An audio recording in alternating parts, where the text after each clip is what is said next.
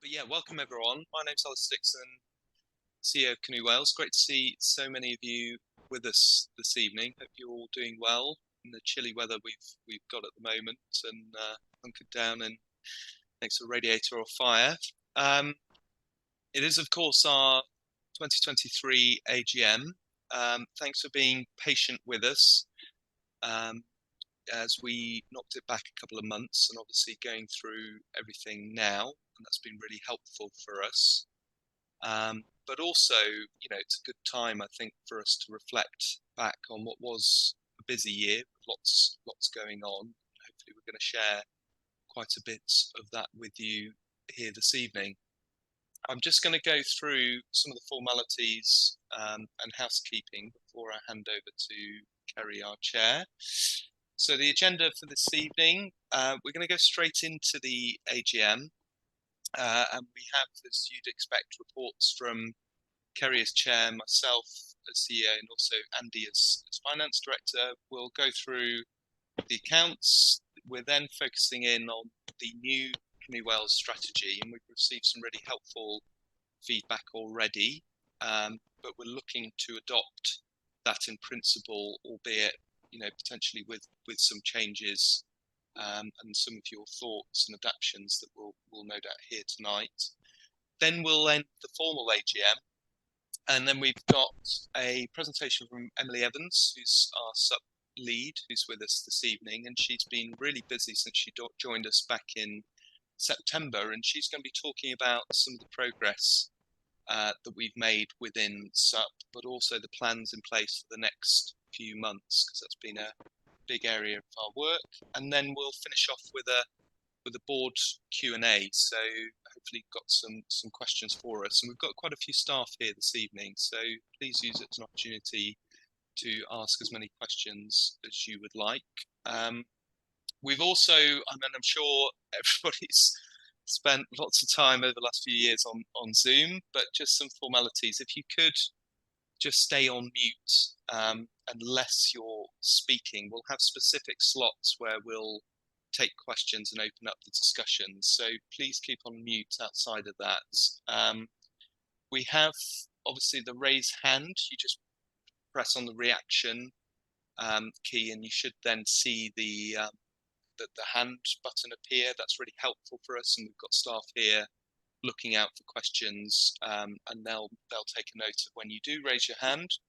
And then, the chat function is just down below. You can send group messages so everybody can see them, or if you've got a specific question for one person, you can also send questions to just that person if you don't want anybody else to see it. Great. We're also using the polls as voting. We've done that for the last couple of years. We think it's a real easy option for us to use. We appreciate that it's not as complex as some other organisations are using that are paying quite a significant sum for voting platforms, which ensure that membership numbers and such like are recorded. We appreciate that if there is a very close vote within 5 votes, what we'll look to do is take that vote away from the kind of Zoom system and run that through our Just Go system, so we can make sure that voting members of the association are the ones whose votes are being counted. So we don't expect that to be the case, but if it is, we'll let you know. We'll take it away and we'll put it through the Just Go in a direct email comms to members. We've just got a bit of a test at the moment, so you should see if Bonnie can just launch the initial poll just to get that test up and away, just to make sure everybody can see the poll and access the poll.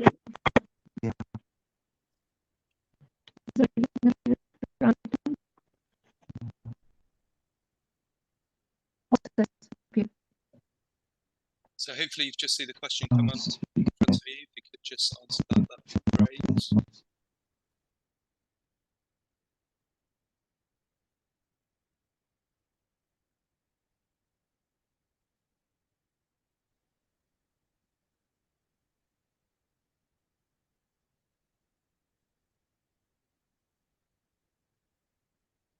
just on about 65% participated, so just let that climb a little higher.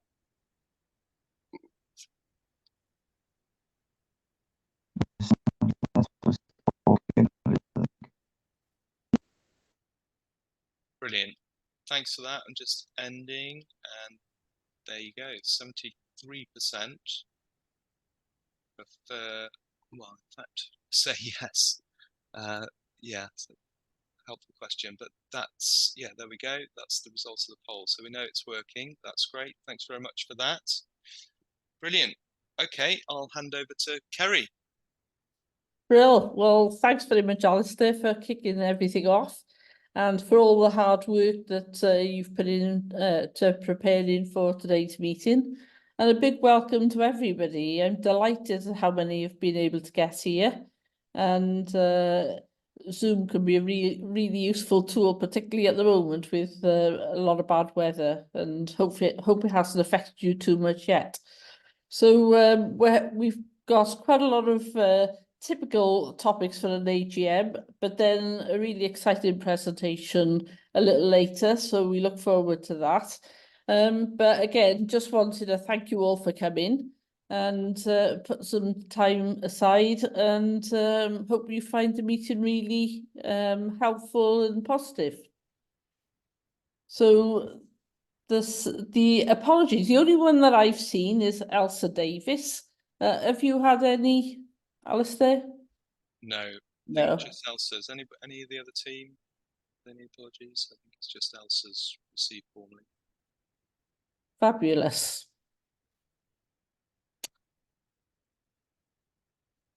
Okay, so in that case then maybe we could go on to a reflection of last year's AGM.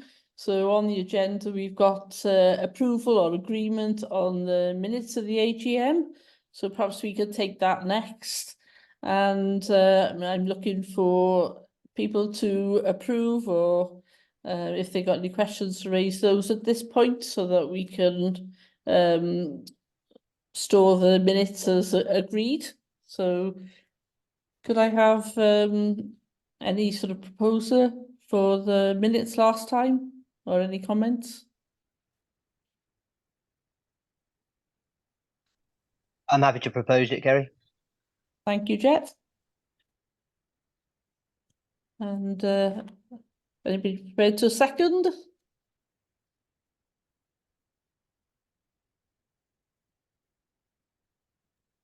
Yeah, I'll second.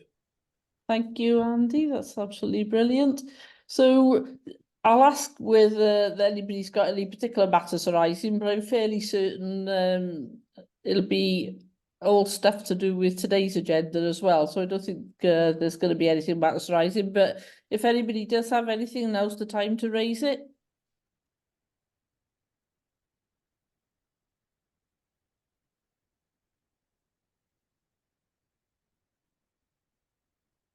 Okay. Brill. So we're now going to go on to the chair's report, and we've covered some ground this year. It's been amazing how much work's been done. So I'm just going to talk you through some highlights, really. So please bear with me. So this is the merry band of warriors that currently sit on the board and work with me for the benefit of Canoe Wales. And we've had a productive year, and that culminated in our away day where we looked at the strategy. So it's always a big thing in terms of our sort of plan to make sure once every 4 years we agree a new strategy. So these are the current board members. The only one that I'll comment on as being a change really is that Rhys has decided to stand down, having been on the board for quite some time, and his contribution's been amazing. But I would like to record my thanks to Rhys for all his hard work during the time he's been a board member, because I know it's a lot of work when you're trying to run a business. It is really really tough. So we do appreciate the contribution that he's given us during the time he's been on the board.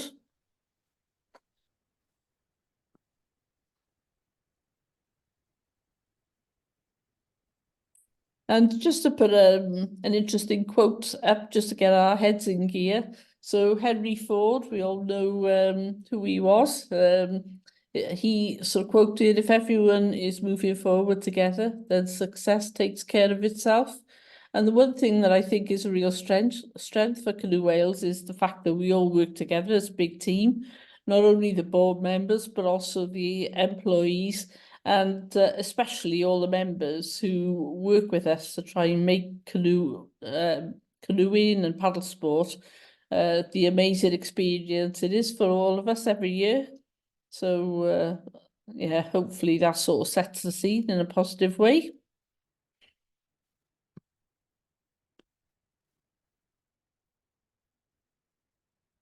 So one of the things I particularly wanted to talk about now is the strategy. So as I mentioned, every 4 years we need to agree a new strategy that helps to take the organisation on, focuses on the priority of our members. And there were a number of different ways that we took to try and get your views. So you can see some of the pictures there that we ran a series of roadshows across Wales. These were really well attended and we had some great feedback from the people who came along. That was really helpful to us. Then we had the member survey. So the member survey gives everybody the opportunity to have their say, and we're always pleased with the amount of feedback we get. So those sort of opportunities have been well taken advantage of, which was great. Then we had some away days as a board, and they were invaluable because it gave us chance then as a smaller group to look at all the comments that we received, do some analysis on it, and then make some decisions really on what we think should be in the strategy going forward. So you can see a couple of pictures there, which were taken from North Wales when we were up there, which was amazing. And as you can see in the bottom right-hand picture, we used a number of different exercises to make sure everybody had their say. And that was a real highlight of 2023. But we did a similar thing earlier as well, just to make sure that we captured as much in terms of your views as possible.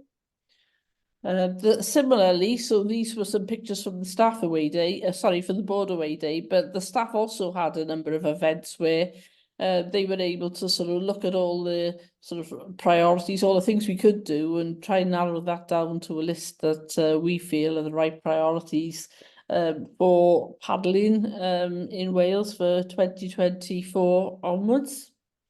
And we also ran some focus groups.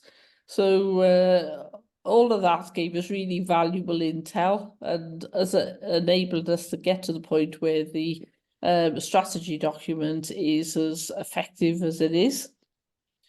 So my big thanks really goes to all of you who contributed your views in one way or another, because all of that's really helpful. And it means that we're all then part of the solution and not just part of the problem. So we were able to sort of come up with those positive things that we can do. And it's important that we end up coming up with the right objectives, because what we know is there's not a lot of surplus cash going around Wales to enable us to do everything we want to do. But it always means we got to look at where the priorities lie with very limited resources. But without all the contributions that we've had from yourselves, we wouldn't have been able to get to where we are today. So thanks very much. And some other people or influences to the strategy have been Sport Wales. So it would be remiss of me not to thank Sport Wales for all their contributions, because we do receive quite a bit of funding from them and they enable us to do what we do as an organisation.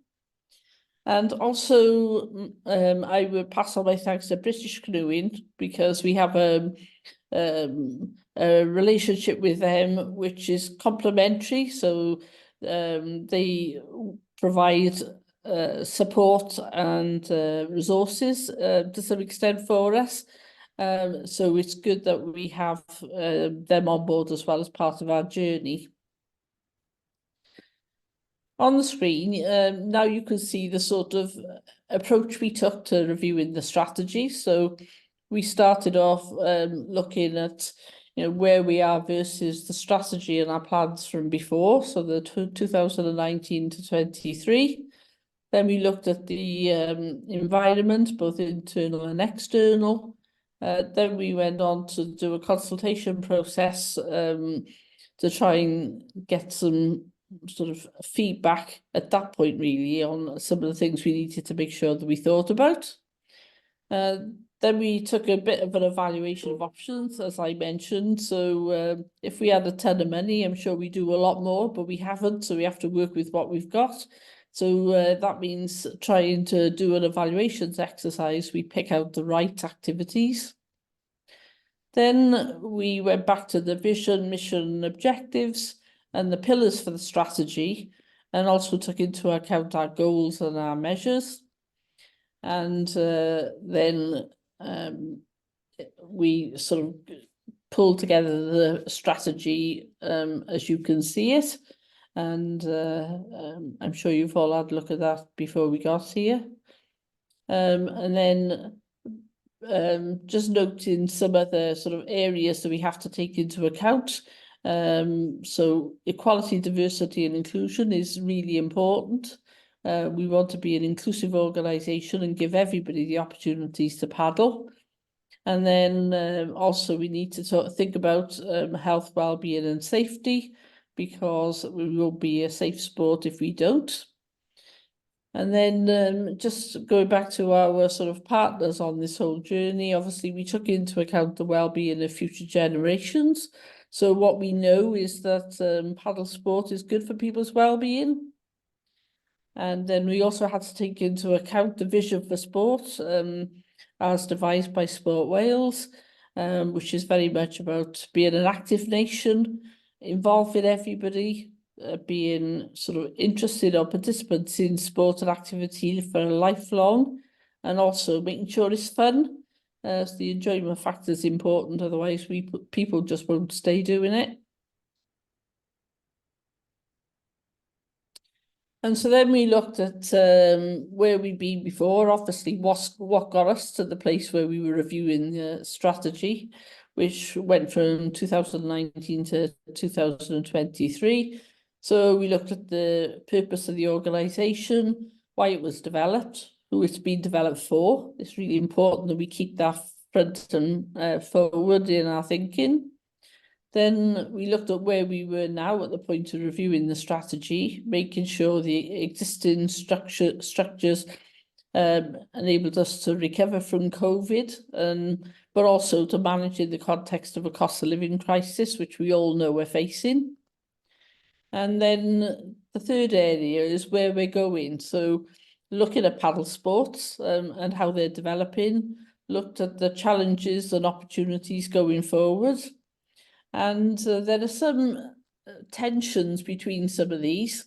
So we want to engage with new paddlers that are outside of the structure. And we're going to hear from Emily later on, who's going to talk to us about SUP. So new people come into the canoeing or paddling sort of community, which is great. Then we've also got a tension between where we've been and where we're going in terms of trying to keep our traditional audience engaged, whilst we're also trying to attract new members, because that's important. And then also a tension between balancing the rebuild of the strategy via the need to develop for the future. So as an organisation, we've got to think about that as well.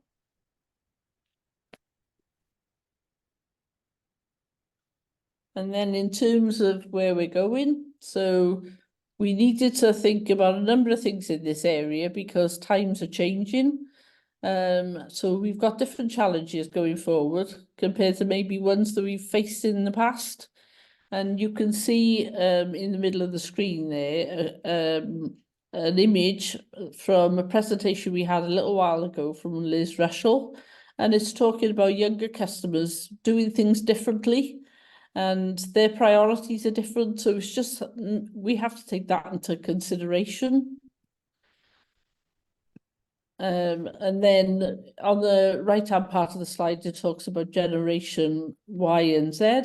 So outdoor recreation changes, so less interested in maybe in competition, but more interested in personal challenges and multiple activities. Maybe previously more interested in organised sport, whereas today maybe or in the future more interested in natural fitness, lifestyle and fun. And then in the past, maybe formal training, people were more engaged by that. Whereas now they just want to do it, just have the experience, and maybe are less inclined to go buy all the kit if they can get it from somewhere else. So it's changing priorities, and we needed to make sure that we kept all these new people and younger people engaged with our journey, so that that we can all work together for the benefit of everybody involved in paddling. And then it led us to another observation really about our company name. So Canoe Wales, we're all used to that as a name for the organisation. It's been in place for quite a long time. But given most people these days don't do canoeing as such and maybe use a whole range of different crafts, is Canoe Wales the right title for the organisation? And so we're going to be presenting some proposals on that over the next few months, which will be maybe a little bit less focused on the canoe and maybe a little bit more general around paddling. But we'll come back to you on that because we'd really welcome your views. So just by way of a bit of a summary, really, we've spent the last 24 months working towards the strategy. And I hope you're content with it, because we'll need to be asking for your views on that shortly. We made sure that we reviewed the progress against the last one, because it's no good just having words on paper. We need to make sure we deliver it. We had the Futures Report presentation that I just talked to you about there from Liz Russell, and that was really helpful to us in our thinking. We've also had a number of outside speakers, so that's been helpful because it can challenge our thinking. So we've really enjoyed sort of listening to other people, partners really, who can add another dimension to our work. Then we did the annual member survey. We've had the consultation process and run a number of workshops and focus groups. Came up then with some draft plans, did some further consultation, and ended up with the final version that you see today. So just a big thank you really for all your support during the year. It's been great because we're here to do all this for you, to make sure that paddling is strong and that we continue to offer the facilities and benefits that our members want. And we hope today will be part of that engagement as well. And there will be an opportunity later on for you to raise any comments or any questions, and we'd really welcome that. So I'm just going to hand over now to Alistair for the Chief Exec's report. Brilliant, thanks, Kerry. Yeah, so my reports, it's been a busy year. It's always a bit strange reporting back on the year preceding to March 23. So what I try to do is not only report on that, but also what we've been up to in the kind of 10 months up to now, because that's probably more fresh in people's minds. So I'll break it down into two: one the year in question and another update just up to now. So I always put these stats up because it's quite helpful just to look back and compare from this year to last year.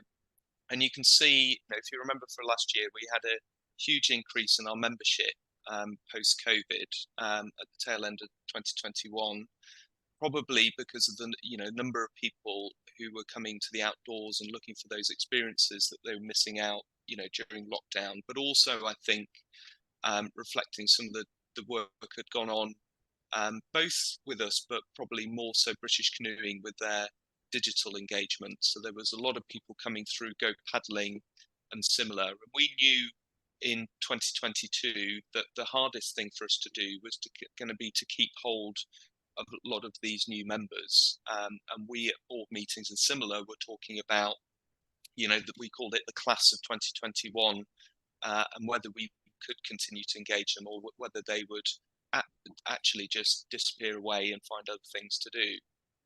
Thankfully, we've kept the majority of them and actually seen our membership go up a little bit again in the tail end of this year. Not hugely, but actually we're at our highest point currently with membership at 4,693, which is really great. And thank you to all members of the association, because it's really helpful for us with engagement, but also, for example, when we speak to Welsh Government and others about, things like access, if we represent a larger number of members, that really helps our cause.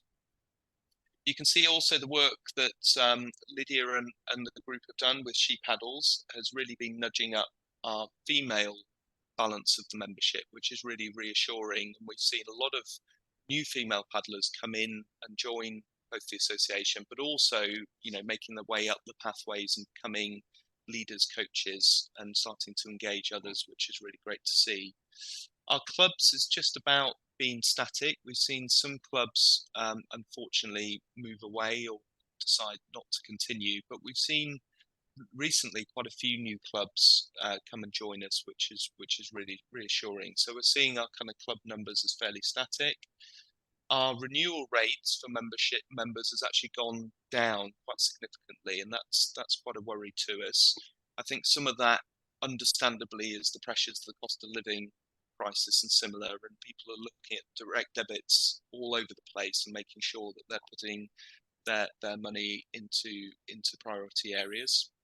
And yeah, we've seen probably a reduction in the number of She Paddles participants, but actually seeing more engagement with coaching pathways and programs sort of further up, and that's all about, which we'll talk about, our kind of She Paddles being a real change program, but are starting to embed that within the community and turn our attentions to other priority areas. So I'm just going to begin with, I appreciate you've been listening to us for quite a bit. I'm just going to show you a video of one of our events that we ran actually at the beginning of 2023, which I think is a really nice video to start on. So I'll just play this, hopefully you can hear it okay.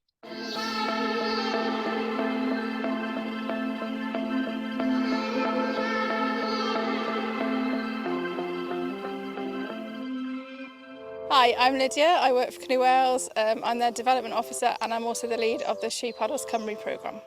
She Paddles is here to get more women on the water, get more women and girls into paddle sport, and events like this are here so that we can get lots of women and girls together, enjoying paddle sport and celebrating females in paddle sport.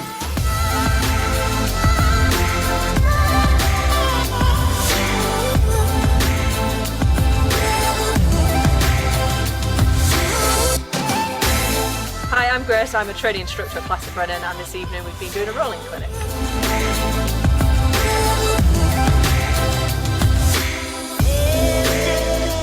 So I'm Helen Farley, and I'm events coordinator here at Classic Brennan.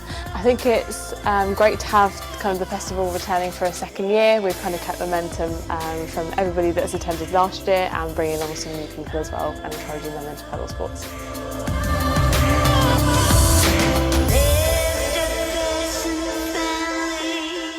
Hi, my name's Sarah and I'm running the beginners kayaking session this morning. So a beginners session, it's all about making sure that they can have loads of fun and leave the session feeling inspired and want to paddle again. So what I'm delivering today is loads of little challenges and games that's just helping to build their confidence.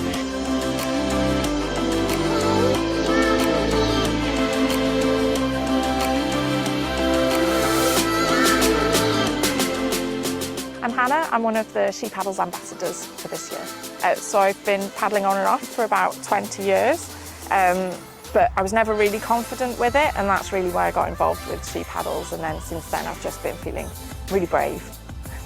I'm most excited this weekend to meet new people because I met so many friends last year, and I can't believe it was only a year ago. It feels like a long time.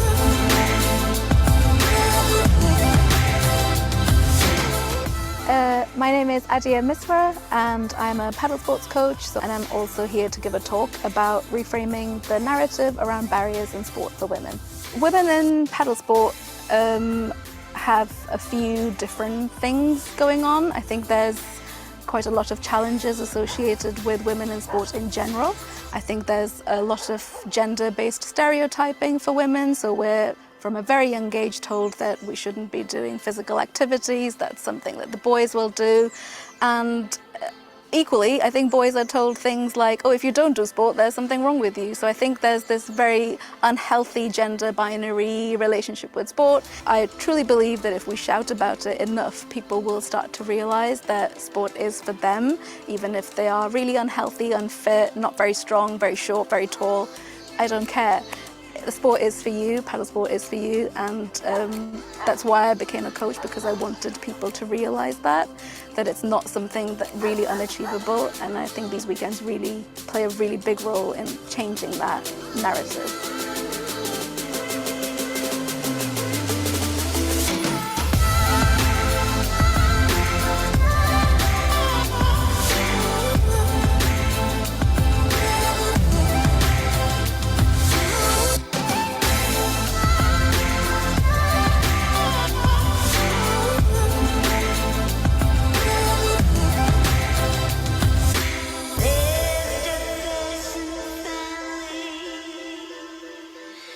My name's Miles Hall.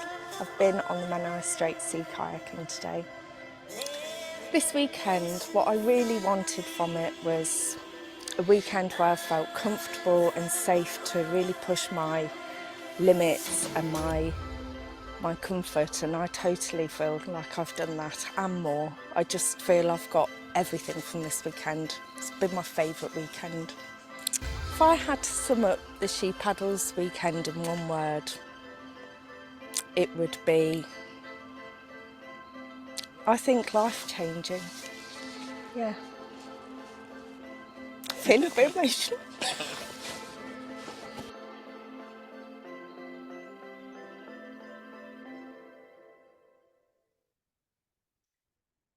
Brilliant. Yeah, I hope you enjoyed that. It's really, really nice video, and I think it demonstrates, the power of some of the She Paddles activity, but also it was great to work alongside other partners. And I think I've seen Pete here from Plaza Brennan, but obviously Plaza Brennan being a close partner for She Paddles program over the last couple of years, which has been really great. But yeah, principally our development and participation activity has been focused on two areas. So club support is absolutely a big part of what we do. And Lydia spends a lot of time supporting clubs with all manner of activity, but particularly funding. That's been a big focus, and also volunteer development. And you can see some of the progress. So we launched a £10,000 fund, which was all about, we were hearing from clubs about a lack of volunteer coaches and leaders and challenges in resourcing activities. So we took some underspend, formed that into a fund, and 18 clubs were supported with £555 grants to support the new generation of coaches and leaders. And we had some really positive feedback from that, which was good.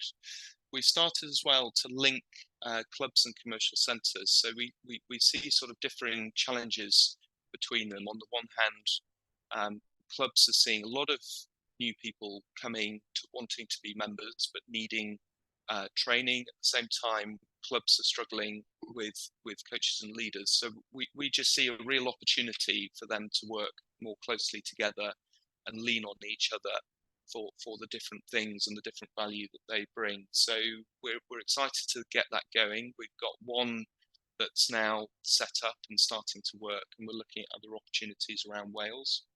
We've also been increasing the newsletters and communications to clubs, and been working through a plethora of different communication systems to bring increased understanding of what's available for clubs.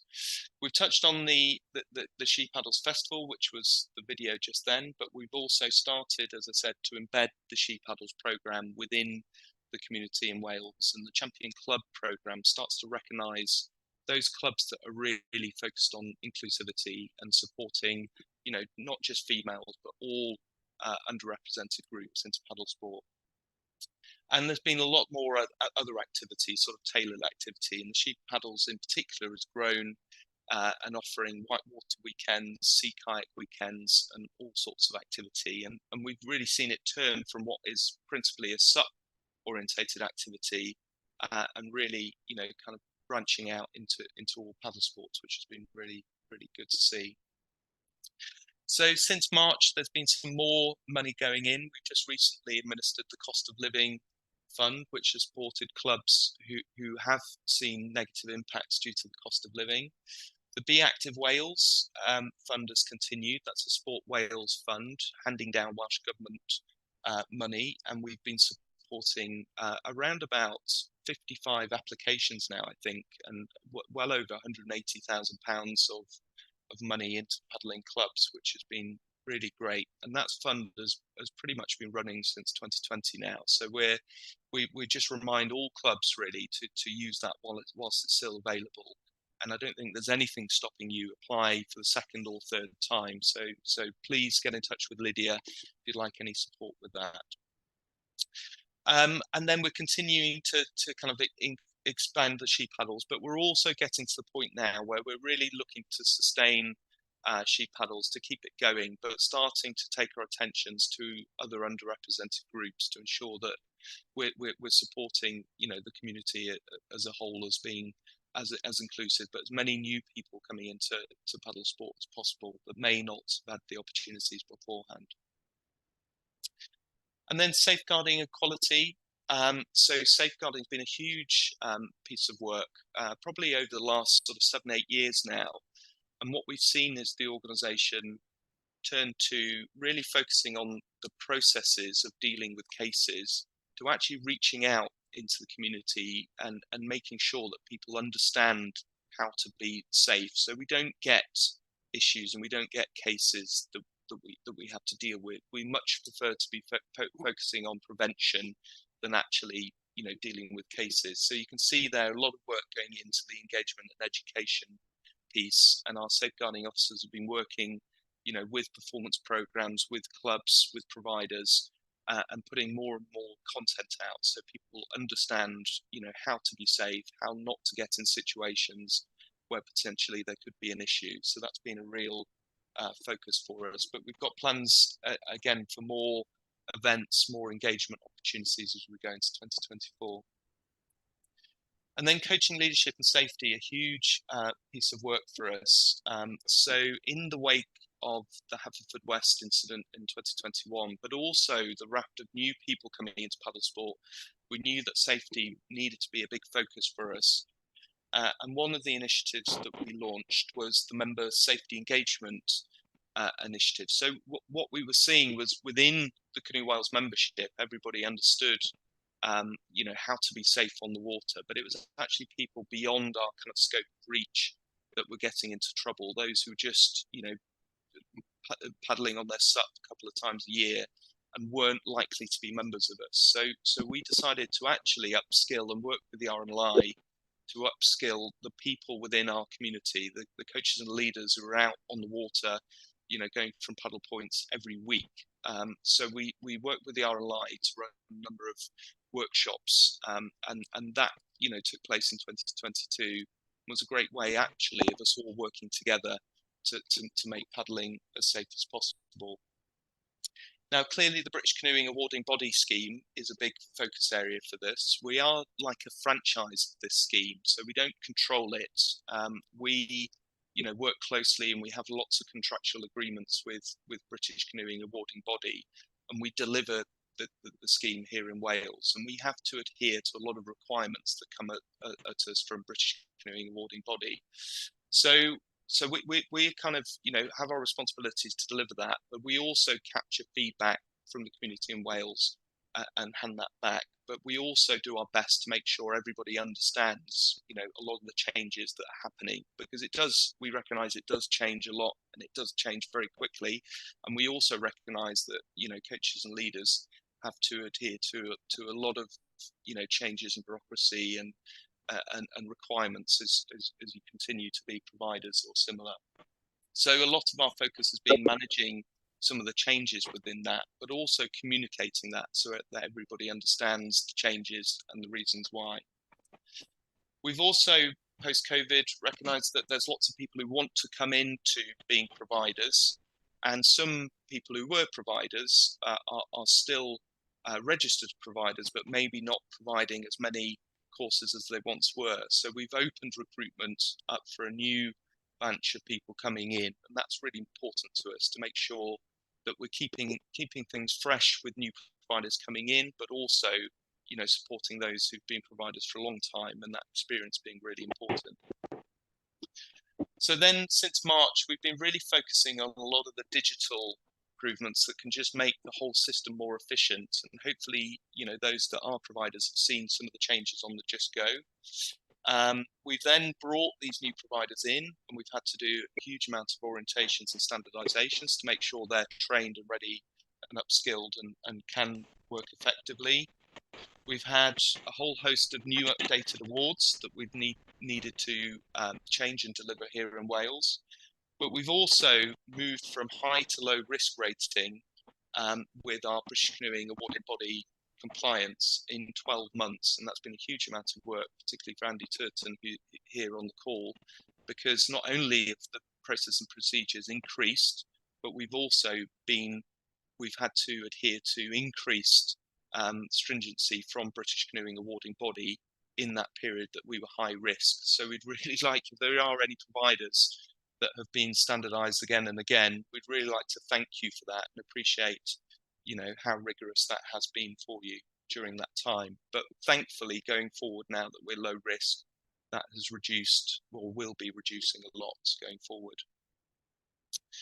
And then we've also introduced a new trainer team. So they're working alongside our coaching manager, Andy Turton, in upskilling, you know, people coming in, becoming providers and running courses and qualifications and awards here in Wales. So we've really welcomed, a new trainer team on, who've been supporting Andy with all that work. Then places to paddle. So Phil, who I think is in the call, has been busy installing the washdown stations and disability pontoons. I think we're just about there. I think we've just got the one left, the stubborn one at Plaza Brennan to put in that is in process, I think. Big Paddle Clean has been a massive success. So hopefully the clubs here will have been part of that. It's a national program run across the UK, but has been, really successful. And the amount of rubbish that's been collected from waterways has been just tremendous, but also the power of the social media and stories and what it's meant to the organisations that have been part of that has just been really, really pleasing to see. We've also launched the Paddlers Code here in Wales. So again, a British Canoe initiative that we've taken and relaunched here. And that's really helpful, especially for those new paddlers coming into sport. So they understand, how to be responsible, how to be sustainable, and how to ensure that they're not causing any issues for the rest of the community. And then we also recruited Mike Rain, who was with us, really leading on environment work. Hopefully you saw a real upping of the amount of content that we were putting out, a big awareness drive of the environment around us when we paddle, but also some really interesting sustainability questions. Is paddle sport sustainable? And what can we do to be more sustainable? And actually, does it matter when we look at China, India, and all the rest of it? So if you haven't seen those, there's lots of blogs on the website where Mike's been really asking those difficult questions and really putting across some food for thought. And then Phil continues to work to represent members' interests. He does that both on specific issues. So if you have got an access issue that's close to you, Phil is the person to turn to, but also on the broader challenges. So he's continuing to work with Welsh Government, which is a challenge, just getting the access question up on their agendas with everything else that they're doing, but also looking ahead at the next potential administration that's coming in, making sure that we're engaging with the right people just to keep that access question and working with other governing bodies and other sports and activities that have those similar issues. And then since March, you can see some of the specific areas that we've been working. So Glaisbury has been a big focus for Phil, and just in my email inbox this morning, there's some positive signs of that progressing after what has been a long process, and that's really reassuring. And Phil's also been working across at Denbighshire area of national beauty, and making sure that, for example, the car park challenges and stuff, and members' views are really taken account of, and that the council aren't doing anything that's going to unfairly inhibit paddle sport. We also, following the big paddle clean, have become a finalist in the WSA Sustainability Awards, which was really good to see. But we've also seen that go onwards, and I was asked to present at a sustainability conference on the big paddle clean, and really putting across some of the messages and putting the noise out there of how challenged our waterways are, and some of the issues that we really see on a day-to-day basis that others won't see. We've also been taking the sort of awareness drive with the environment and doing more of the kind of engagement, and also upskilling ambassadors. So one of the programs we did just last year, at the end of last year, was actually looking at coaches and leaders and what is the process, taking their kind of knowledge of the environment around them, but how can they best translate that to new people coming into the sport or activity, and put across meaningful stories or similar to really empower them to understand about the environment around them when they do paddle. And we can see some of the pictures here. So this was Clandissel, and I think we've got Gareth on here taking the big paddle clean. And I think, I forget how much it was, Gareth, if you're there, it was about 5 tons, wasn't it, rubbish that you pulled from the Tybee. Just absolutely dramatic amount. But just seeing how much the social media stories were shared, and how many comments, and no end of MSs and similar were copied into that. So it was really powerful in just bringing attention to the state of our waterways, which was really good to see. And then here, just down at the bottom right, was me presenting this at the sustainability conference, where others were really amazed at some of the work that was going on, and some of the state of our waterways were in, or have been in, which was really good to see. And then membership communications. So hopefully everybody's now met Bonnie. Bonnie and Paula are here with us. So we welcomed Bonnie and Paula. It seems like quite a time ago, and they've been really busy since being with us, and they're working across both Canoe Wales and the National Whitewater Centre. We've been, through their leadership, we've been really increasing communications. We've redeveloped newsletters, and hopefully you're seeing that coming through now. Much more blogs, much more content. So hopefully you're seeing an increase in stories that are meaningful for you, and really represent the part of paddle sports that you're interested in.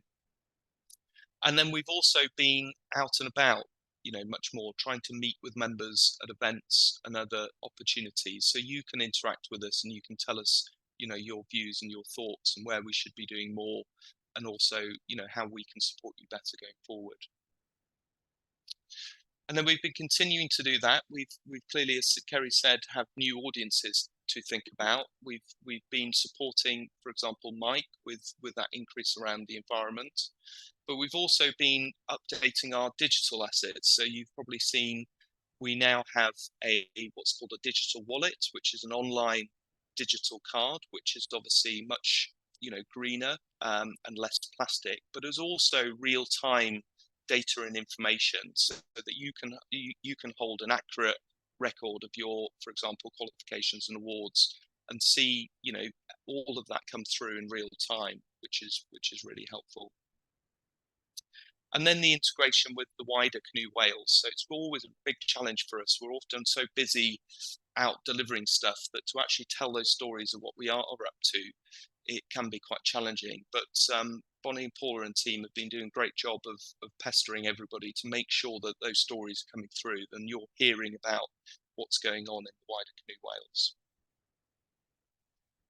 And then in the performance and talent pathways, so probably since 2021, we've been focusing on the kind of development area, to making sure that we reach out so as many young people can come in to paddle sports and performance paddle sports as possible. And we've been seeing a real pleasing growth in particularly the amount of representation at or within the slalom divisions as an example. So at the moment, Wales almost sees 50% representation in Div 4, kind of up to Div 2, which is incredible to see.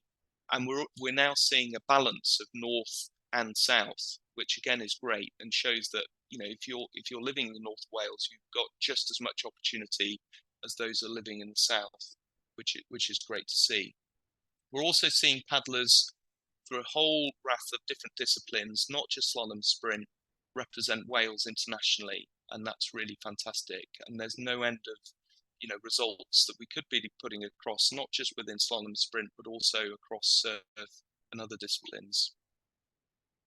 And then since March, we've been continuing those developments. We've employing new staff, so we've got another talent coach up in the north, which again is balancing that delivery that we've been looking for from north to south.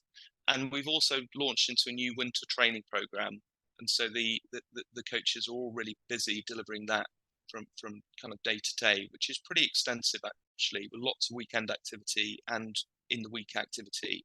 And I suppose the big developments have been increase in sports science, which is really ensuring that the athletes are supported, not just within the sessions, but elsewhere. But also, you know, making sure those sports scientists are planning the sessions where possible with the coaches, and the athletes really see that kind of integrated support.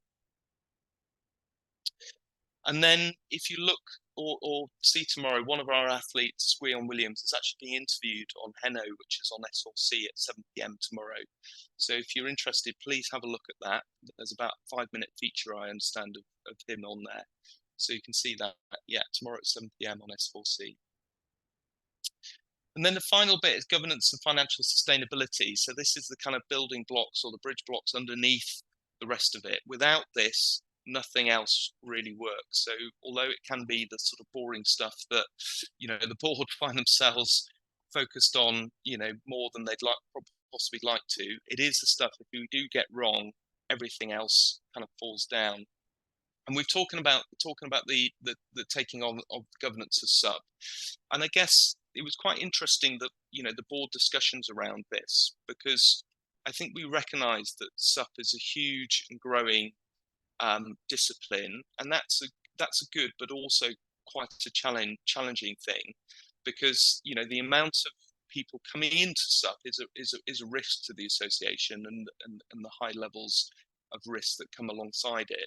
But we also knew that if we didn't take it on, who else would? And we really felt that, you know, we were best placed to ensure that SUP had a similar level of governance and safety standards as the rest of paddle sport, and that we could really provide that value to it. So we decided to push to take it on. It took about 18 months of toing and froing with Sport Wales, but we finally took it on in July last year. We very quickly appointed Emily, who's going to be speaking to you at the end of the presentations this evening, and we've really launched into making sure that SUP has effective governance, training standards and safety messaging, which was identified within the Haverfordwest report following the incident there at the tail end of 2021. We've also continued to develop our governance as an association. So we had Hugh James, with the big lawyers with an office in Cardiff, look at all our articles and similar. And if you remember last year at the AGM, we went through quite a few changes with our governance and with our articles. So we've been making sure that those have been embedded and can actually living and breathing through the association over the last 12 months or so. And then we're continuing to work with other water sports governing bodies where possible, because we recognise people move across water sports probably more so than they once did. So we're working very closely with all of them. We're currently developing a swim safe engagement program, because we really see that as a tool of bringing new young people into paddle sport, and we recognise that less people can swim confidently and competently as they once could do. So actually linking into the swim safe, ensuring young people get the opportunity to learn how to be competent and confident in the water before they then go into paddle sport will be a really useful tool for us going forward. And then, of course, the new strategic plan, which of course Kerry has covered. So that's it from me.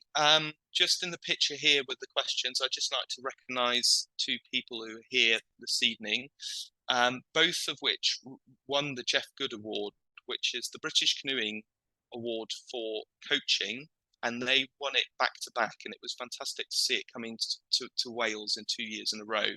But on the left here we have Gareth Bryant, who won it I think in 2022, and then just last year was Tavy Murray, won it in 2023. So really well done to both of those. Fantastic. That's it from me, unless there's any questions or any comments.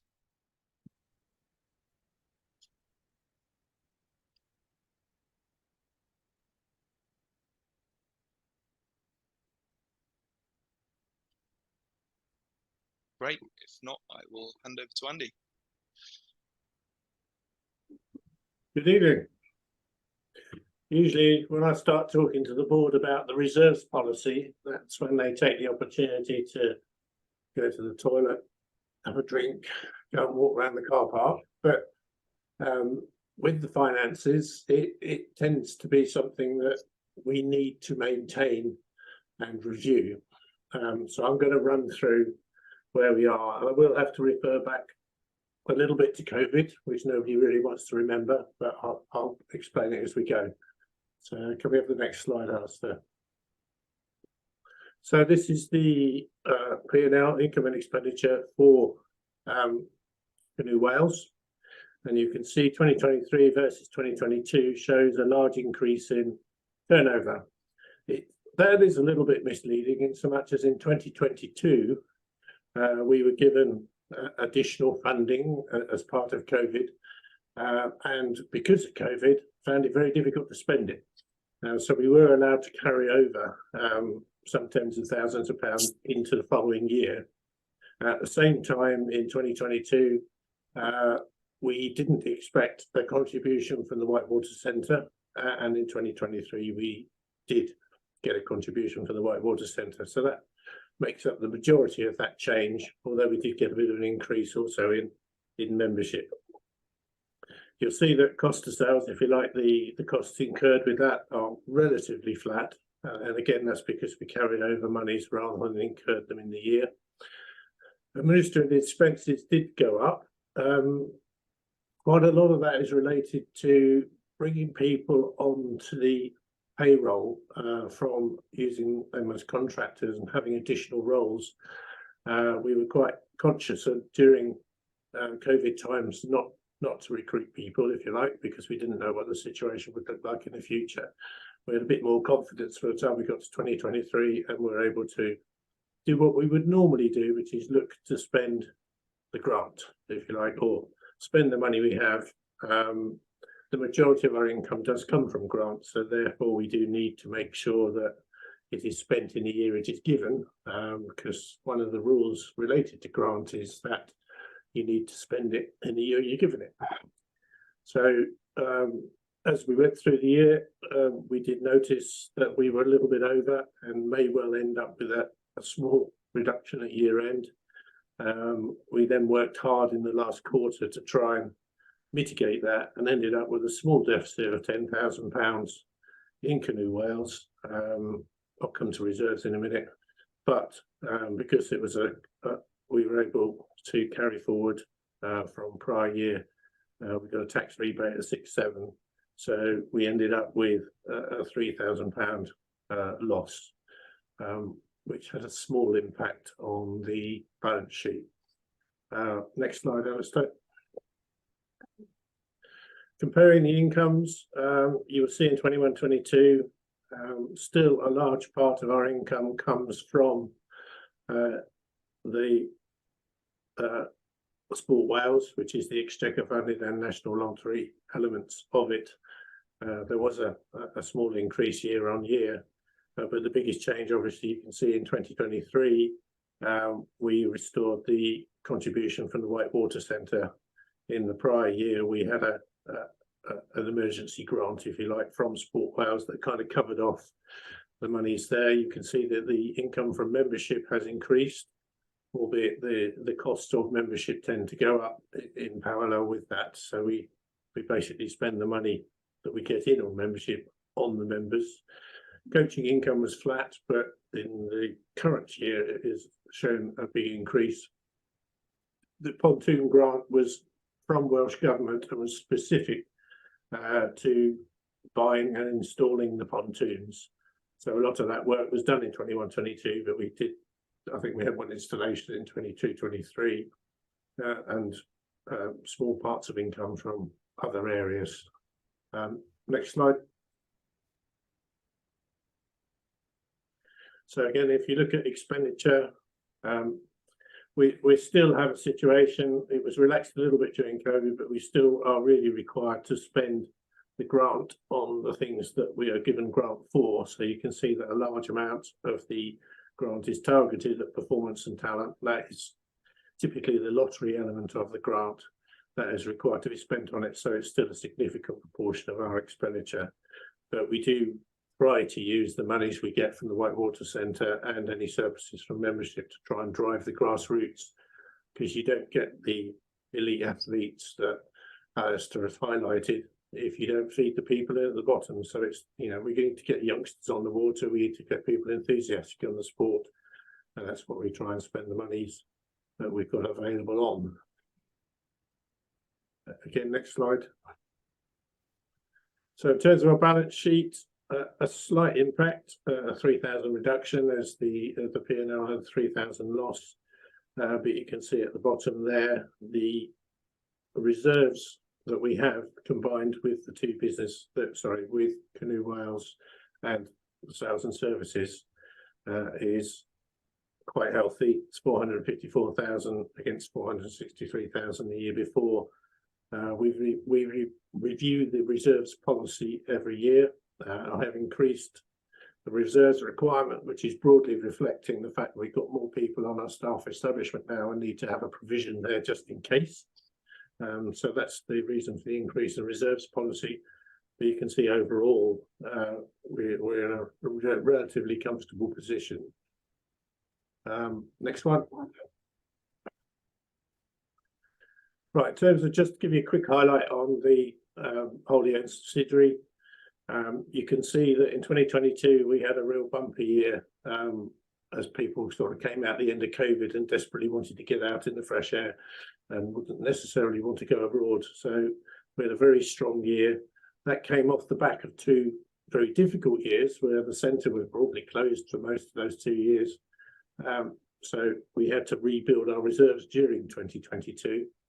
In 2023, we had a difficult but not disastrous situation in so much as the Welsh Water needed to do some work on the dam that feeds the Trewerin, which meant that from basically the middle of October right the way through till May the following year, we had no water releases because they had to run the reservoir down, then do the work on the pumps and the pipes, and then allow the reservoir to fill up.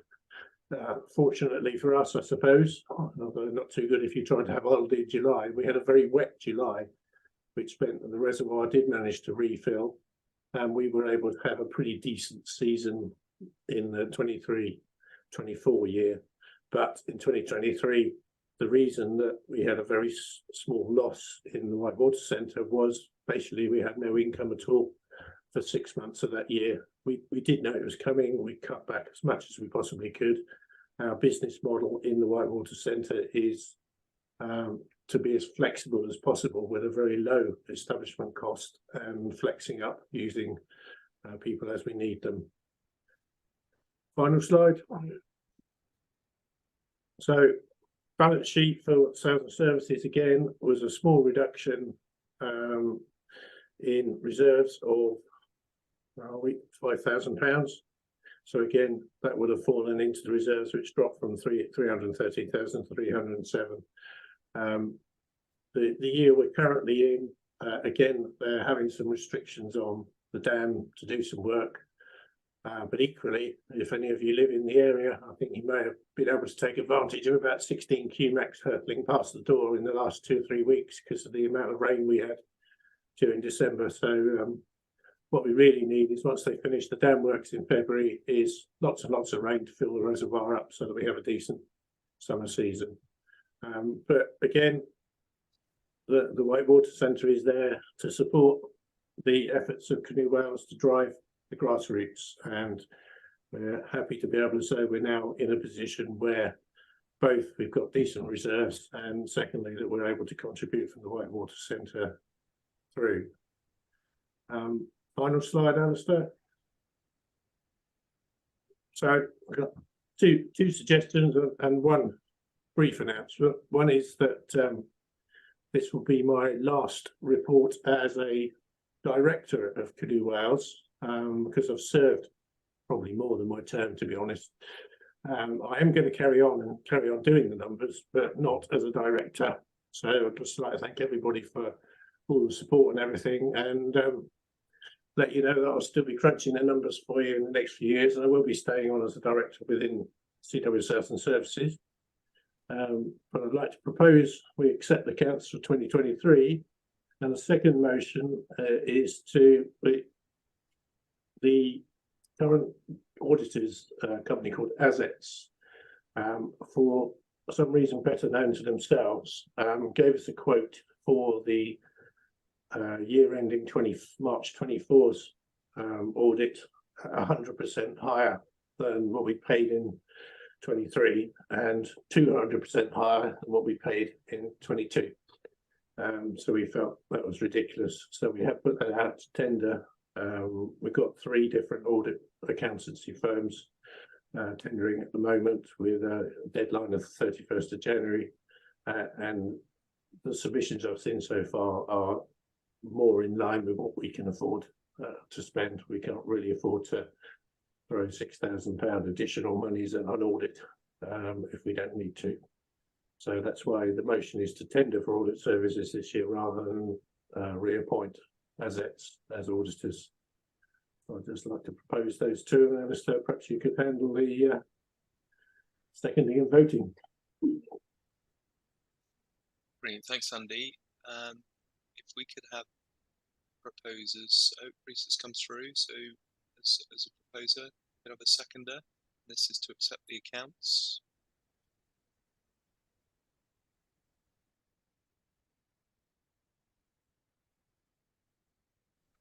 I'm happy to second that. Yeah, Brilliant. second Thanks. too. Thanks, Dave. Dave. And then can we just launch the poll, please, Bonnie?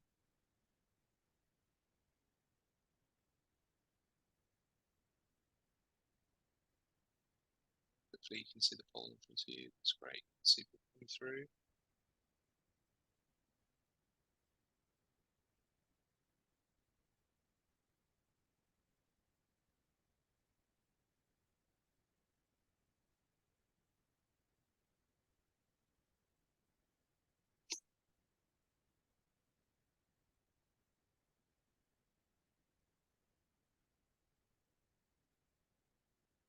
Brilliant, thank you. We're just on 70%. Just started to go up again. Just leave a couple seconds. Okay. Yeah. Perfect. So those have been approved. And if we could just launch the second poll, please, Bonnie, for the motion to tender for the audit services.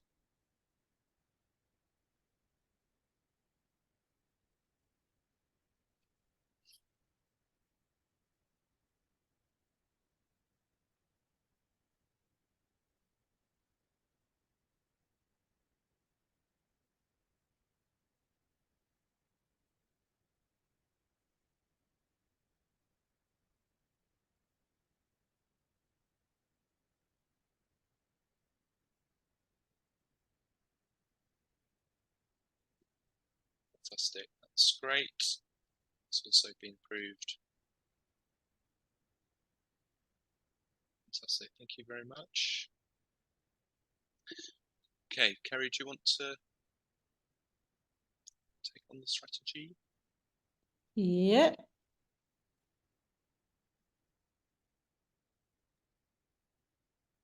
Hi, Alistair. Yes, Andy.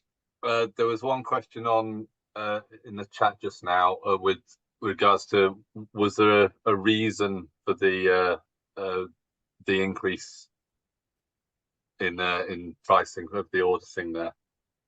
Yeah, personally, this is a personal opinion because they won't admit to it, but Azets is a big American company who have acquired several audit companies over the years, and we've kind of stuck with them.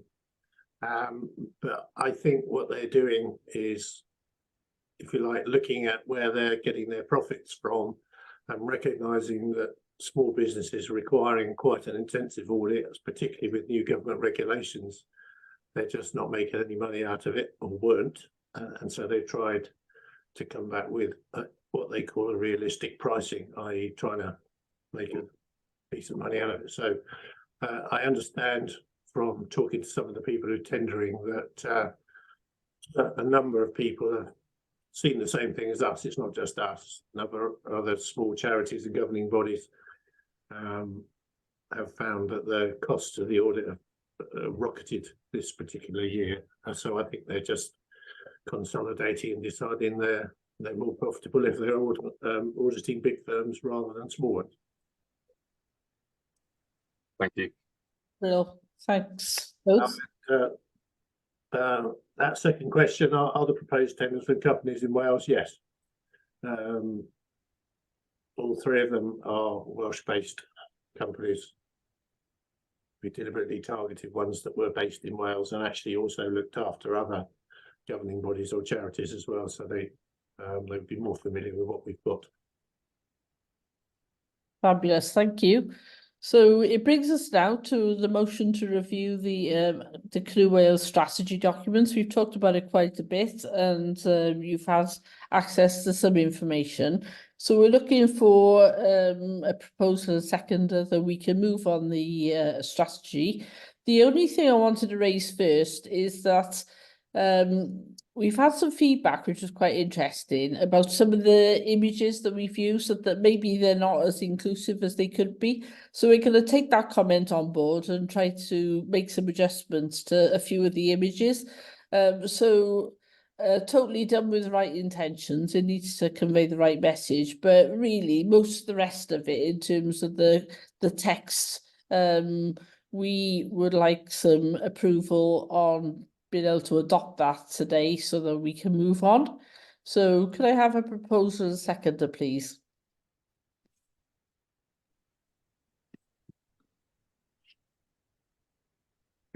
I'm happy to propose. I'm happy to second. Thank you. Fabulous. So this brings us now on to our guest speaker for sorry, Kerry. We've just got the poll as well. Oh, sorry. Yes, got the poll. Launch that, please, Penny. That's very good.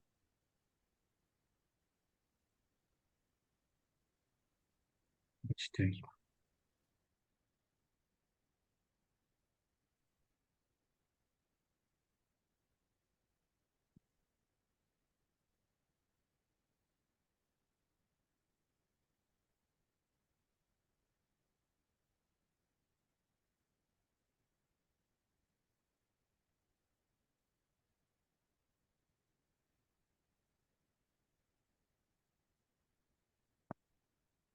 Any more? Just before we close. 70%. That's great. Thank you very much. Real. Thank you. So that brings us on to our guest speaker. So I'm pleased to welcome Emily Evans to speak to you today about SUP. And her title is Developing Our Governance for SUP, Standard Paddleboarding. So I will hand over now to Emily so she can talk you through her presentation. Thank you. Thanks very much, Kerry. I'm Emily Evans and I'm the stand-up paddleboard lead at Canoe Wales. And yes, so as Alistair mentioned earlier, the role of stand-up paddleboard lead was created after Canoe Wales were awarded the NGB status in the summer of 2023. And I started my position in September of 2023. So I'm just going to run you through a few of the statistics about stand-up paddleboarding in the UK, which you might find quite interesting, and some of our membership stats and why there was that need for change within stand-up paddleboarding, and then what stand-up paddleboarding means both for us as an organisation and for you as members, who takes part in the sport, the aims of our work, and the work done to date. So it has been pretty busy in the last few months, and yeah, then happy to take some questions at the end if you if you have any. So could I have the next slide, please, Alistair? So just to start with, some of the participation figures for stand-up paddleboarding. This is the Russell Marketing Research data and from 2023. And we can see that stand-up paddleboarding has a huge 4.2 million people taking part in stand-up paddleboarding, and that is 6.3% of the population. So we know it's a super popular sport. And actually that grew from only 2.2 million people in 2022. So this is actually from a different research data, nursery research, and we can see that from the 12,000 people questioned, 4% in both 21 and 22 owned a board at home. So it's most consistent, popular, watercraft owned. And of course, the benefits of owning a stand-up paddle board, as many of you know, they're inflatables, they're easy to store, they're low maintenance. So, and that's second to canoe ownership, where people tend to have undertaken more instruction before they buy their craft. Next slide, please. So just to kind of reiterate that there has been a boom within stand-up paddleboarding. This slide here shows that a lot of people have taken up the sport within the last 5 years. So especially over COVID, lots of people realised, they should be looking after their health, physical health, mental health, getting outside, and with an accessible sport like stand-up paddleboarding, people are seeing the benefits. And like I said, these stats kind of prove the fast growth in the sport. Can I have the next slide? Thank you. So it's really interesting to see some of our membership stats.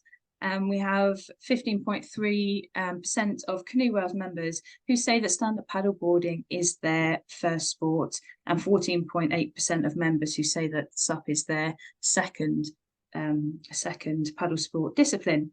And for British canoeing, that's 30% of their members, and 53% of those are female. So even popular within our paddle sport disciplines. Next slide, please. So why was there a need for change within stand-up paddleboarding? Well, as Alistair mentioned earlier as well, from the Haverfordwest tragedy came some recommendations from the MAIB report that looked into that tragedy, and it came surrounding 3 main areas. So one was that there a need for an active national governing body that provided safe messaging to participants that was accurate and informative. And so at the time of the accident, from the report, it said the surf federations hadn't yet agreed their nationally recognised instructional standards for SUP training or issued any joint safety guidance. So the second point was that a national governing body needed to provide a metric for participants to understand that they're being appropriately led. This is providing a matrix for people to understand, to look for organisations that and a level of assurance to the public when they look for services. And the third point was to bring structure and standard to training within the UK. Perfect. So thank you very much. So what does stand-up paddleboarding mean for Canoe Wales as an organisation? Well, it's important for us as a national governing body for stand-up paddleboarding, as stated in our strategy, to work collaboratively and productively with other stakeholders to be a central point of reference. So to provide great information for people to look for, great information around training, safety for coaches, paddlers and the wider industry. It's also important that we're working alongside other organisations to provide good and consistent safety messaging to SUP paddlers. And with casual paddlers making up the majority of stand-up paddleboarders, it's important to support and direct new paddlers to safe paddling locations and routes to progress within the sport. It's also really important, and we're very fortunate to have communication with our new paddlers coming through the sport, through our membership, and it's a great chance for us to provide them with the points above the safe paddling information. So what does it mean? What does SUP mean for Canoe Wales members? Well, it's great for clubs, introduction of a new discipline, great development in all disciplines, and accessible paddling. As regular paddlers and Canoe Wales members, you guys are ambassadors for all paddle sport in terms of safe paddling, and you're role models for the new paddlers and new members that we see coming through the doors. You guys are advocates for responsible environmental access. It's important to be good role models that new paddlers, they might, for issues that new paddlers might not be aware of. And of course, your inspiration to new paddlers, not just showing the opportunities within stand-up paddleboarding, but the other disciplines that it has to offer. And as SUP paddlers may seek exciting opportunities to cross over into other paddle sports as well. There's also exciting competitive pathways within stand-up paddleboarding and possibilities for international competition. And adding stand-up paddleboarding to our organisation adds new opportunities for paddlers and provides great crossover skills, which are fun for everyone. Great, next slide. So who takes part in stand-up paddleboarding? Why do people SUP? Well, we know that a lot of casual paddlers have taken up paddling to benefit their physical and mental health. It's easy to find, so for casual paddlers, it's easy to find people, places to paddle, even without much knowledge. It's simple to find information online. We know it's pops up everywhere. It's easy to book and participate in organised activity, and it's also easy to purchase equipment, and SUP socials and group paddles are super easy to find. So young paddlers also really enjoy the sport, cross-training from different paddle sports disciplines. It's super fun, and it really increases the fundamental paddle skills of balance, coordination and agility. And so for female paddlers, it's been stated by female paddlers that stand-up paddleboarding is a great family activity. There's lots of inspiring female role models. It's versatile. You can sit, kneel, stand, not necessarily any need to get wet. The activity is simple, portable and affordable, and it's perceived as safe. And then finally, for our regular paddlers, getting on the water is often revolved around more supporting environmental causes, facilitating river cleans and making a stand about ocean and river pollution. Of course, trying the many other stand-up paddleboard disciplines that exist, and advancing their skills and working their way through those disciplines and getting more involved with the more advanced stuff. So what are our aims for stand-up paddleboarding? Well, so coming back to those 3 key areas that were identified in the recommendations of the Haverfordwest report, and that are covered in the Canoe Wales strategy for 2024. That covers the governance, safety and training standards. So on the governance side, the plan: create a subcommittee that will support the decision making as we develop the sport. This provides a vital chain of communication in the governance structure, and this will be followed by 2 more working groups that will assist with the communication chain and decision making, further linking the SUP community and help us work together. We'll work alongside training providers and SUP schools, and work alongside British Canoeing to implement nationally recognised frameworks for training standards. And the working groups that we will be bringing together will be essential in connecting the SUP community and keeping everybody informed. So on the training side, developing national training standards alongside British Canoeing, implementing quality assurance processes. And then on the safety side, creating a safety forum, which, like the other groups, will be vital in helping develop safety messaging and delivering that within Wales. Working on an incident reporting system to capture incidents and feed this back into working groups to shape safety messaging for the future, and to work with key safety stakeholders and the SUP network to come up with safety messaging and public safety campaigns. So to go over those areas again, to give you a little overview of the work that has happened already and some of the work that is coming up. Delighted to say that we have already selected our stand-up paddleboard subcommittee. That's just been announced, and we will meet for the first time tomorrow, which I'm very much looking forward to. Within the first month of my role, I was contacting existing training providers, and SUP schools, and I was able to draw on some regular trends from chatting to those people and schools, and to see some, a lot of those areas cover the areas that we're going to be working on anyway. So as a team at Canoe Wales, we're working on developing our online engagement on stand-up paddleboard topics, using our website and social media with the paddler in mind, of course.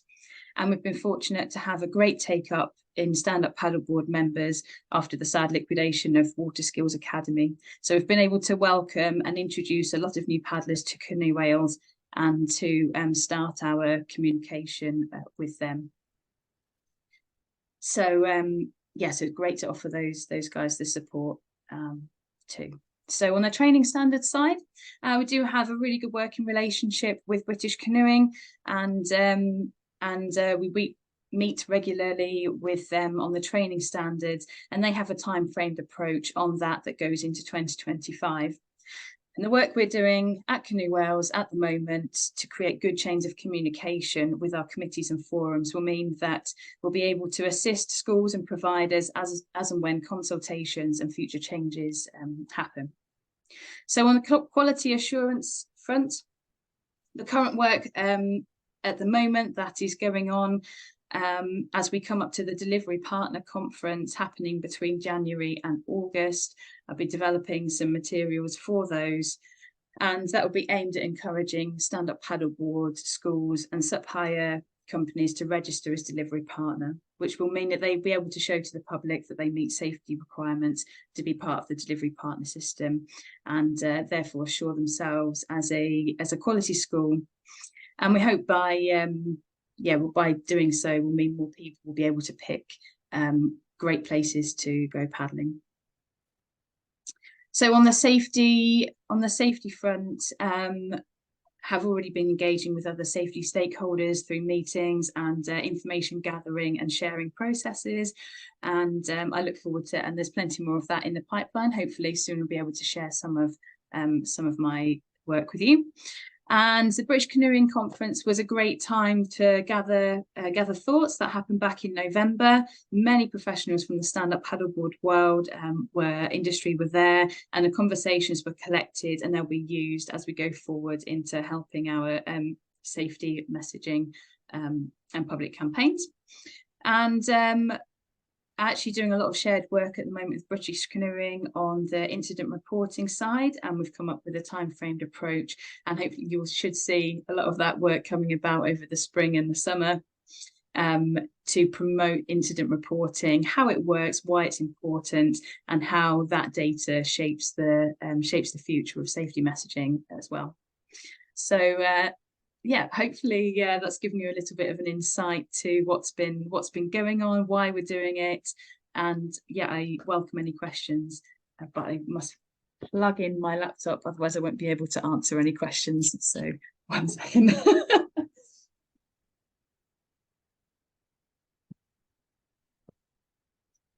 Any questions for Emily just while she plugs in the laptop? If she can hear.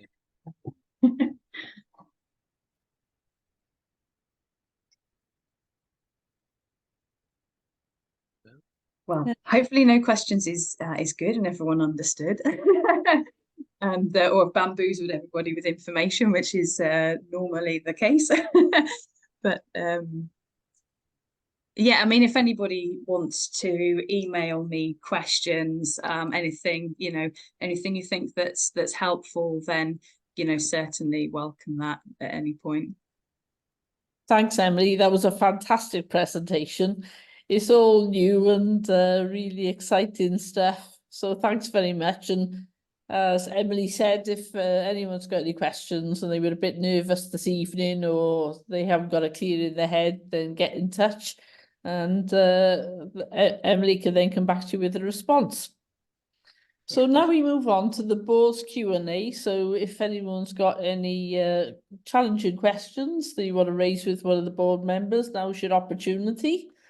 So over to you, whoever would like to ask something.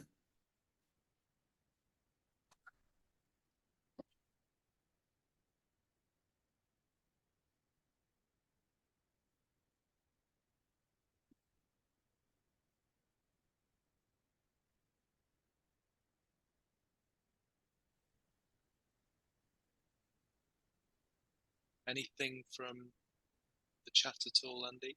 Yeah, just clearing my throat. Apologies. So we've got one from Julian. Going back to the strategy in access, is counting the numbers of recorded incidents the correct KPI? Would increase in number of accessible waters be better? Yeah, I think we debated this one, this KPI. Because I guess with all the KPIs, on the one side we want a KPI that properly reflects what we're trying to achieve, but on the other side, it's got to be something that we can quite easily access and keep up to date. And the issue with the number of accessible waters is it's just so difficult to measure. And it's not something that we can very easily gain access to. So yeah, we bounded it round and round and decided on the number of incidents because we can quite easily receive that information. And also, big parts of the work of access is also, ensuring that we don't have the incidents in the kind of honey spot areas. So we decided on that, but totally recognise it's not perfect like pretty much all the KPIs. And if we could gain access to the number of accessible waters, that would be great for us to have and to be able to report back on. The only other comments here were that I've got access to. I'll have to admit that I lost internet and I may have lost something. Lydia and the other parts of the team may have seen it, but I've got one from with regards to new branding for Canoe Wales. Could be a suggestion of Paddle Sport Wales in commensurate with what we're all about. And the ethos. I've mentioned that we're going to be communicating out, and I've also there was a comment there from Rosalind that may also be quite difficult to actually translate into Welsh, and that Canoe Wales is a quite an easy translation. Thanks, Andy. That's fine. We will send out a separate communication on this shortly. But are there any other questions or anything we've covered this evening, or questions for the board at this point? I suppose a board member can't ask a question, really, can they? But just to let the members that are on the AGM know, over the next few years, we are going to meet an increasing financial challenge. We've already been advised by Sport Wales that funding next year will be cut from what they indicated they'd be able to give us. And, it is expected that local government and world government funding for the sport, but for all sport, in fact, not just us, could well reduce over the next few years, which is going to give us and the board a big challenge in terms of first delivering the strategy and being able to balance what we need to do, which is, get people into the sport, get people active, all those objectives that Sport Wales have given us are still there. Unfortunately, the funding could well be lower in future years. So just for everybody to be aware that that may well be the case, and the board may well need to make some tough decisions and possibly even go out and consult the membership on things in the future. You know, at the moment, it's within control, but you know, typically funding follows an Olympics in terms of how it is allocated to various sports. That may well change within Wales. There's lots of unknowns in the next 2, 3, 4 years that we will have to address alongside our strategy. So it's more an announcement than a question, really, but just better if the members know now, I think.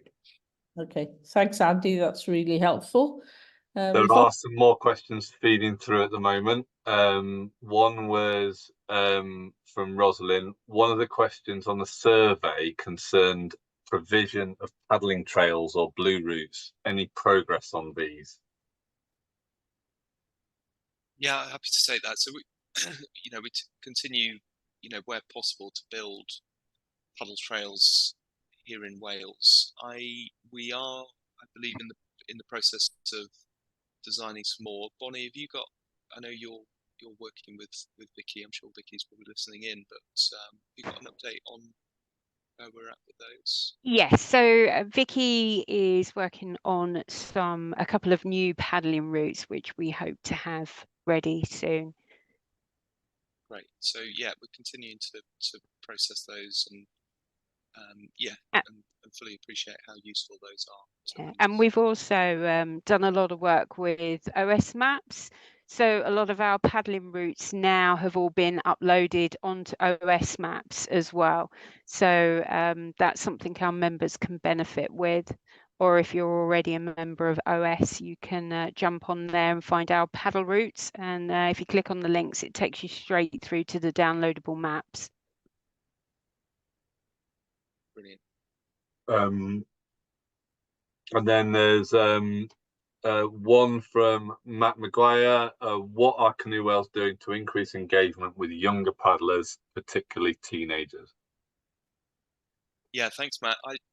Lydia, do you want to take this on and talk about the event that you're planning for next year? This year, not next year now. Sorry, this year. So you know, we realise this is a problem, and that a lot of clubs are losing teenagers from clubs, and obviously they could be your workforce going forward, your volunteers going forward, your coaches going forward. So it was kind of, you know, an idea has come up that we're going to run a youth weekend, and this will be aimed at teenagers already within Canoe Wales. So this isn't for new people. This one is specifically for retention of teenagers. So the event, we have got a date now. It's in August, and it will be held in Llandyssil, and it's going to be about showing the youth the opportunities there are of things that they can use their skills for. So whether it be you know, things like the obvious, the outdoor instructor route, but then we're going to also look at things like emergency services, like the flood rescue teams. So we've already got a few people locked in, like fire brigade from Llandyssil, that are going to come along. We want Peak aren't sure if they can make it, but they may be able to give us a video of you know, their sustainable kit, and also like kit design, product design. So to try and excite kids about, you know, all the wonderful stuff there is in paddle sport, and to keep them and not let them go, so that they can, you know, be the future of our sport. So, you know, it is very, very much happening this year. Still at the planning stages, and I will let you know as soon as I've got more of a plan. Or if anyone's got any ideas of these different industries or links to people, like people maybe, you know, there's lots of ideas. It's great to have, like people that design white water courses and that kind of thing. And often, you know, it's people that know people. So if anybody does know anyone, drop me an email and we'll get that list of people that can engage with the youth longer, which would be great. Okay, there's a couple of comments from Phil Edwards, but I'm seeing those as for information. I've got a question that I think is probably my place to to answer. Is SUP a standalone qualification, and is there a crossover for instructors? How we're who I'm guessing who were qualified with WSA. There's been a support package for WSA instructors and foundation instructors, of which there is a design transfer to go through to the British Canoeing Awarding Body SUP instructor qualification. There's a whole suite of qualifications within the British Canoeing Awarding Body scheme for stand-up paddleboard alone. They include rescue qualifications, leadership qualifications, and instructor coaching qualifications for the different genres. So sheltered, moderate waters, open water, and on the sea.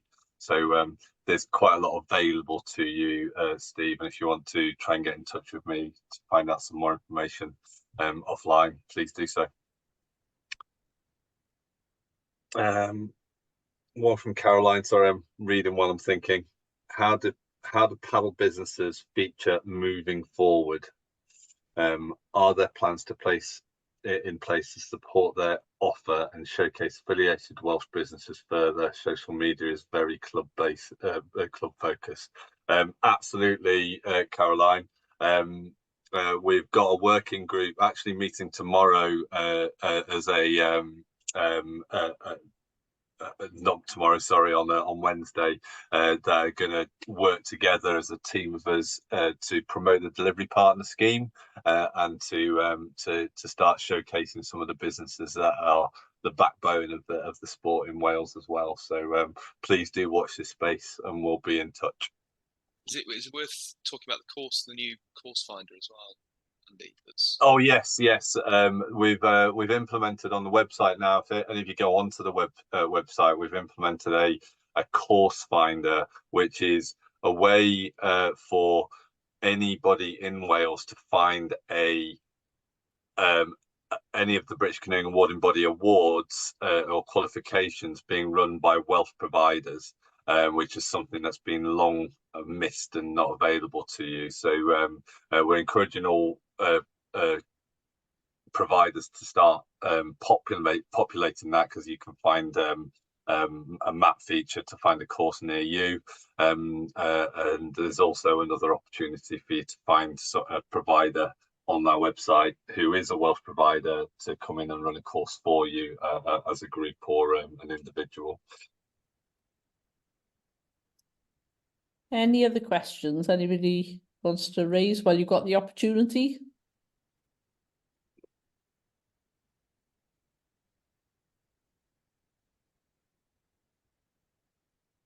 Okay, well, thank you very much. Just a reminder about the awards. You're going to pick that up, Alistair? Yes, Bonnie, would you like to just give a quick mention over the awards with the closing date?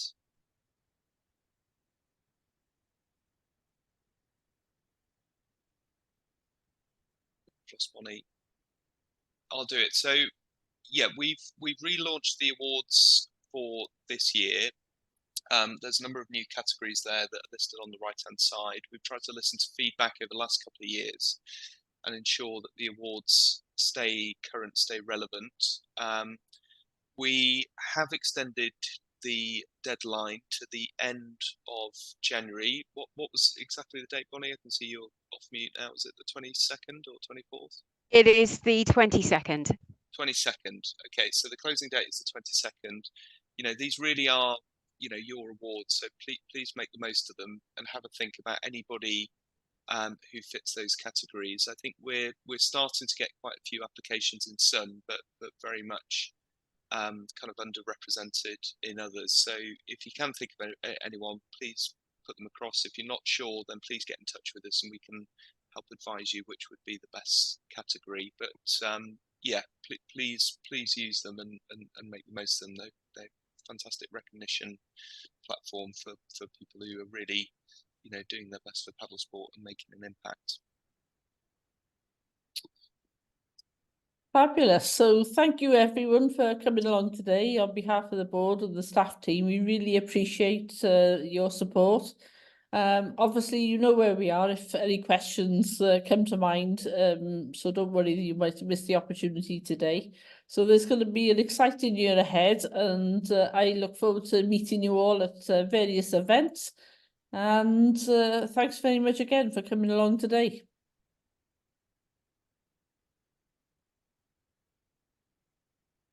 Thank you. Goodbye.